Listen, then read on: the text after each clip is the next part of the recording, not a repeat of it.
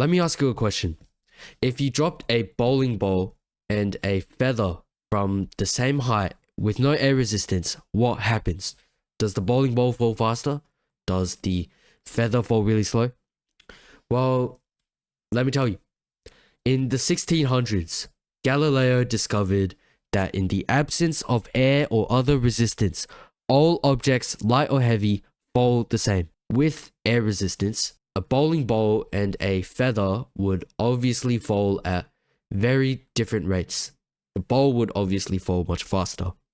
But in the absence of air resistance, so in a vacuum with no air at all, the paper and the bowling ball actually fall at the same speed. It feels weird, but that is how it works. So what Galileo discovered is that the speed of a falling object is not proportionate to its mass. And we write this as d is proportional to time squared. D being distance and t being time. And this weird little symbol just means proportional. However, this only applies with the same constant acceleration.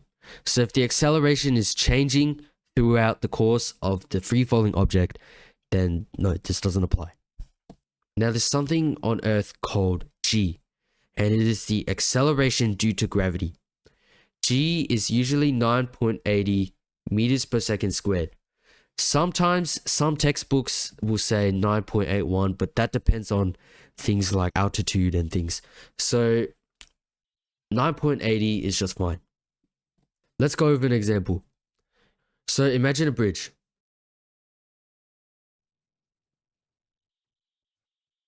Here's our bridge. A clumsy construction worker standing on the bridge drops a bolt and the bolt falls. The question is, where is the bolt after 1 second, 2 seconds, and 3 seconds? Let's solve this together. We're going to use the kinematic equation for displacement, which is x equals x0 plus VOT plus 1 over 2 AT squared. We're going to label the bridge as y equals 0. And as you fall, y is increasing. That's our frame of reference. Instead of x, let's write y. Starting x is 0. And starting velocity is also 0. And the reason why we know it's 0 is because the way this problem was worded. He dropped the bolt, so it starts from 0. If he threw the bolt down, then there would be an initial velocity.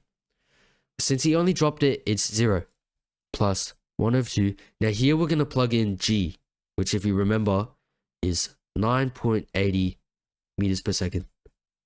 And time squared. So let's go and plug in 1, 2, and 3 for time squared. At 1 second, y is equal to 4.9 meters. So the bolt falls 4.9 meters at 1 second. At 2 seconds, when you plug in 2, the bolt has fallen 19.6 meters. Which is quite a bit more further. At 3 seconds, then the bolt has already fallen 44.1 meters. So this is 1 second, 2 second, 3 second. Now, what if it was the exact same bridge? However, instead of dropping the bolt, the guy threw the bolt down at an initial velocity of 5 meters per second.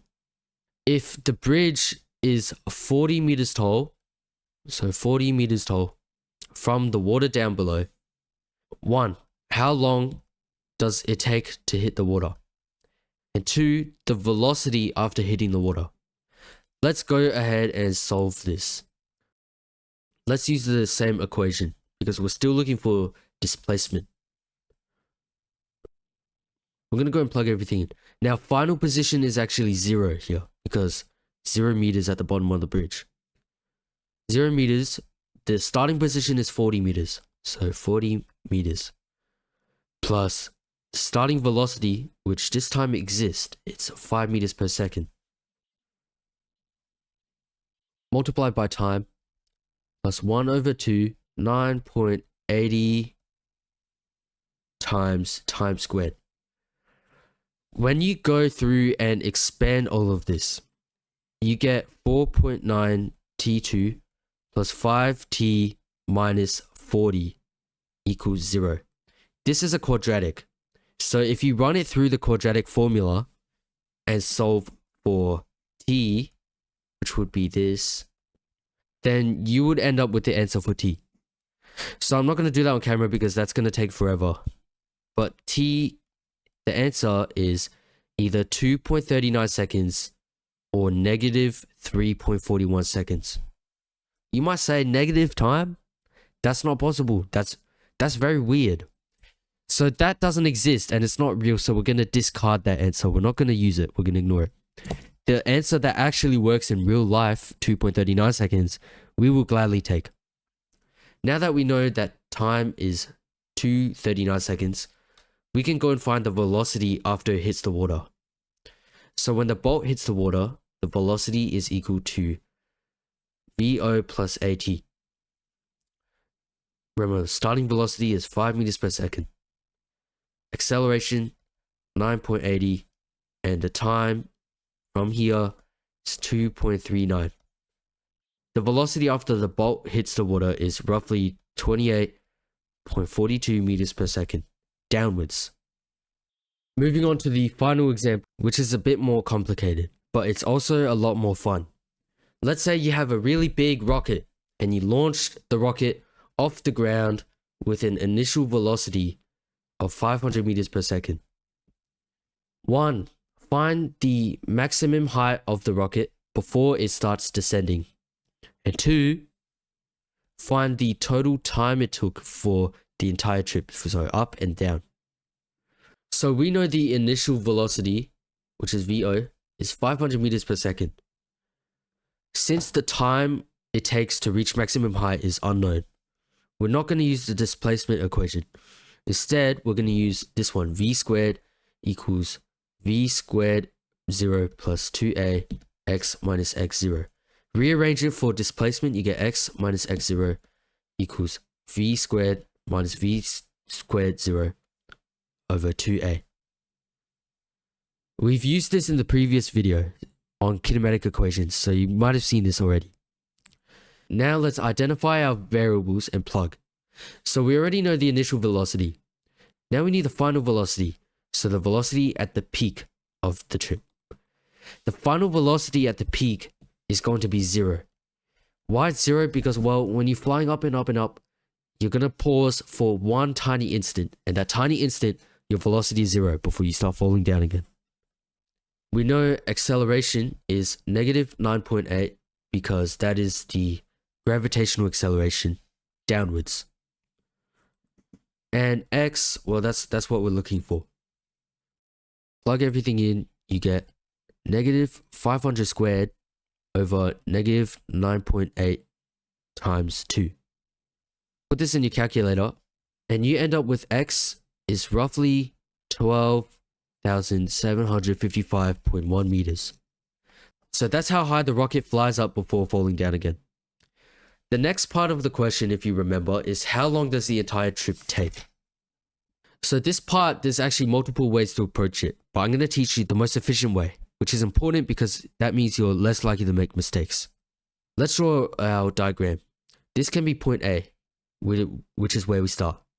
And here is point C, where we land.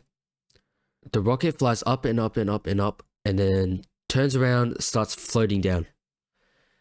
We're going to call the peak point B. Here's what's happening. On the way up, we have our velocity pushing us and gravity pulling us down. On the way down, our velocity is going down and our gravity is going down. So remember, the original question is how long it's in the air before landing. We could split this equation into two parts, finding how long it takes to go up and how long it takes to go down, but we don't want to do that. That overcomplicates it. Instead, we can just consider this entire time interval from A to B to C. So remember, we're looking for time. Let's find time. If we take the displacement kinematic equation and plug everything in, so initial velocity plus 1 over 2 negative 9.8 times t2. Now, the final position is actually 0 because it ends up back on the ground. That's the final position. If you go ahead and rearrange everything here, you can end up with 0 equals 500t minus 4.9t squared. If you factor out t, you get t 500 minus 4.9t equals 0. This is a quadratic. That means t is equal to either 0 or negative 500 over negative 4.9, which is roughly 102.04 seconds. There we go. Here's our two answers for seconds. But which one's correct? Well, in the last example, when we had two answers from a quadratic, we just threw away one of them because it wasn't real. This one, both of these are actually valid. T equals 0 seconds. Well, that's referring to A at the very start of the trip. It's been 0 seconds. This is after the entire trip and you land at point C. It's been 102 seconds.